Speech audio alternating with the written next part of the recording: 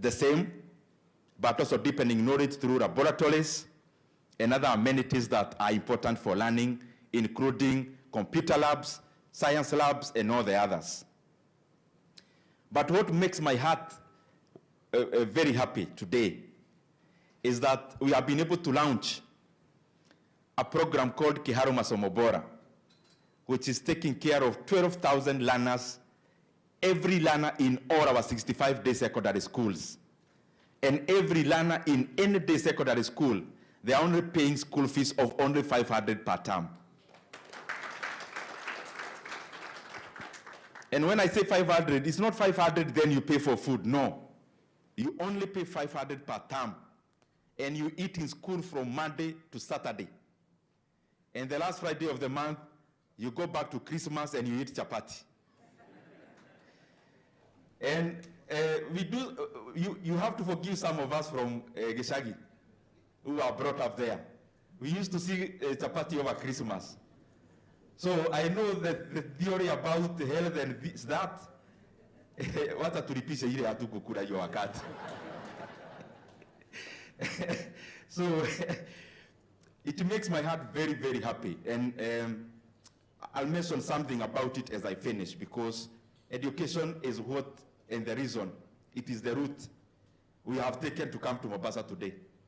The office you work, the route that you took to that office is education, na ndio pia imekuleta hapa leo. So it is good that we continue to give the same to all the other Kenyans because they deserve it. Now, when we talk about money, for me, I am thinking also about economic growth and the macro side of the economy. Because it is better to talk about pensions management in a country with GDP per capita of 10,000 and above, GDP per capita of $10,000 and above, than to talk about it in a country with maybe GDP per capita of below 1,000. So both our micro companies and the macro parameters, there is no way you can talk about one and leave the other.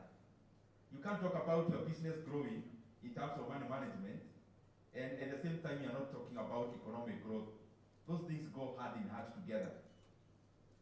Because a medium-sized pensions management company or fund management company or a hedge fund, a mid-sized company of that nature in the US, let me even paraphrase, an SME manager of money in the US is the global giant in Africa. What would be passed as a small micro enterprise in this sector, in South Korea or in the US, is the largest company in Africa in terms of AUM or in terms of turnover. So economic growth is equally important as we talk about our individual companies, including Minet. And I'm saying individual companies because I know Minet also invited other companies. And by the way, I need to congratulate you, because kitambo nilikuwa naona AON, Minet. And in the t-shirts of my team, I used to see AON. The people who support a big team called Manchester United. So, part of the reason why, if you look at all economies in the world, all of them without exception, you start with Netherlands, when it was a superpower. Not too long ago, by the way. Then you come to the UK, how they came in terms of sequence. Then America came in. Now China is voraciously arguing for that position of being the superpower. Now if you look at those, another in between that have grown astronomically over time, you realize one critical thing, that all these economies grow using other people's money. All. Of course, there are other reasons they grow, including technology, innovation, which is part of this discussion. But if you look at the biggest companies, let me, for example, talk about South Korea. All the biggest companies, you go to China, all the biggest companies in the private arena, you go to any other economy, including the emerging ones, you realize that these economies, they actually grow using other people's money. That's why you go to China. Think about any Chinese company you know, any. Think about Tencent. Think about Alibaba, BYD. You realize these companies were small, but they got an attraction. So they invited foreign money to invest in them, either as a venture capital, private equity, or in any other way. So what I'm trying to say is that something called capital flow is very important for any economy. And by the way, when you hear me talk about shares a lot, I talk about it, yes, we benefit when you invest, but more so to open up our capital markets. Because we cannot talk about Kenya growing economically when we are not talking about capital inflows. Because we don't have money in Kenya, just like even China never had money to grow their economy. They had to rely on the selfishness of other people with money to invest in them through equity, in terms of getting equity. BYD, Berkshire Hathaway from America was there. You go to Alibaba, SoftBank, owned by a Japanese but a US one. I think a US citizen. I know most of you know him. Son was an investor in Alibaba when it was growing, or when it was starting, or when it was driving. All these companies, there is that element.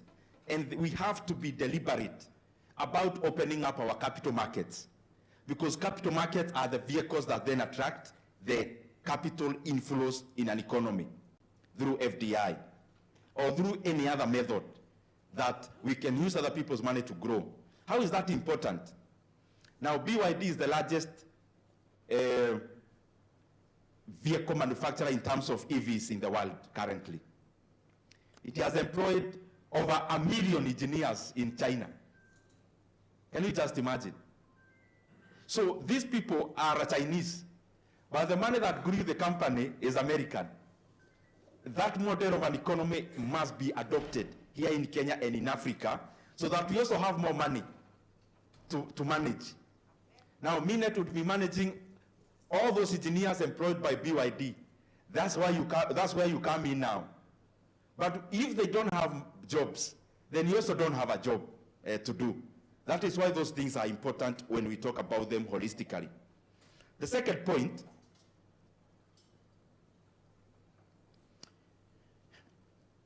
our financial industry. And I'm talking about every banks, insurance companies, stockbrokers and investment banks, pension managers, fund managers, TAs, everyone involved in anything about money and transactions. It is important that we don't remain traditional. We must also be innovative. And innovation, when you are leading a company in whichever area, is in the processes, but also the product. The process at which we give our products, but also innovating in terms of what kind of products that we are giving.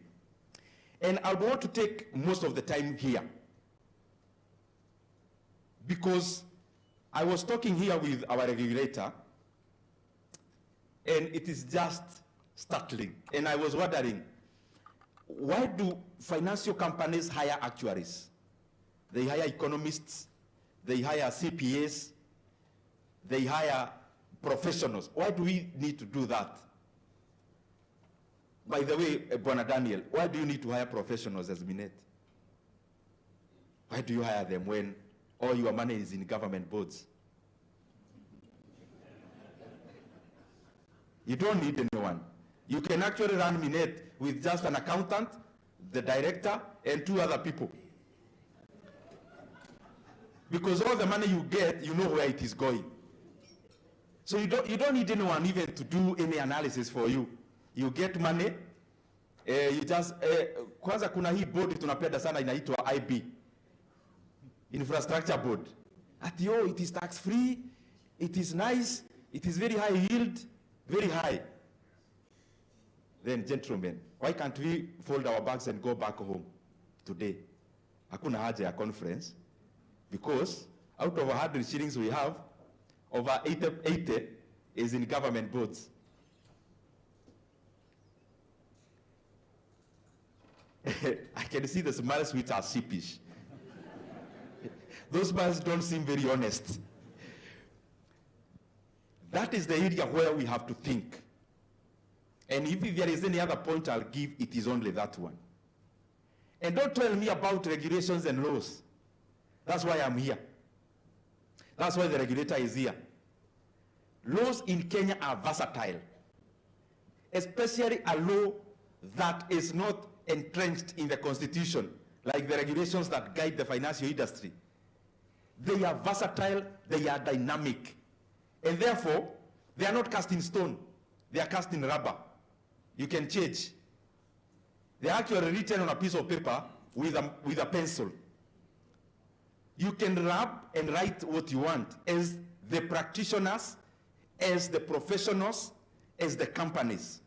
And you have seen it in Kenya. Laws are not static. Laws are dynamic, and especially to take care of the industry and growth. There is no way we are going to unlock our potential as the financial industry in Kenya if we are too lazy to invest 8 shillings out of 10 in government boards. We should actually all be civil servants, because you are investing in government instruments. Then all our fund managers should actually have an office in the National Treasury, and CPK is the agent of the national government. Tuwekewe ka ofisi hapo, bodi kiletwa, tunanunulia tu hapo kwa transformer. Unawaambia hakuna haja ya kupeleka sokoni, tuko hapa, tugawie mineti hii, this insurance company, this other one, this other one, this other one. Then tunaenda nyumbani, tunagoja yield. Then next year, tunagoja another floating of the board. We do the same. What I'm trying to say, and I'm sure you bear with me, and I'm saying it in good faith, show me one economy that grew with money you hold when they were investing all that money in government instruments. And even if they do, and I'm not saying we don't do that, they do that when they also give sufficient resources to the growth areas. I'm talking to you as a person, and to you as allow me to call you money managers, because we manage money in whichever way we look at it. So, you as an individual, you go and invest in a board, or you fix money in a bank account, meaning you are being given a static, defined, specific percentage and yield. But there is something else also. You have invested with something that has no growth. Government board has no growth. Any instrument that you are assured of the return has no growth, including rent. When you have a flat and you have a government board, you have a T-bill, you have fixed money in the bank account, what you have done is just to park your money, because there is no growth. When you build new by 7 floors, even if you dance outside there singing, you will never get an 8th floor there. It will always be up to 7th floor. The much you can do is to increase rent, which also the market will tame you, because you are not the only one with a flat. When you are investing in a government instrument, when you put in 100 million or 1 billion shillings of your AUM, assets under management, you put up 1 billion shillings.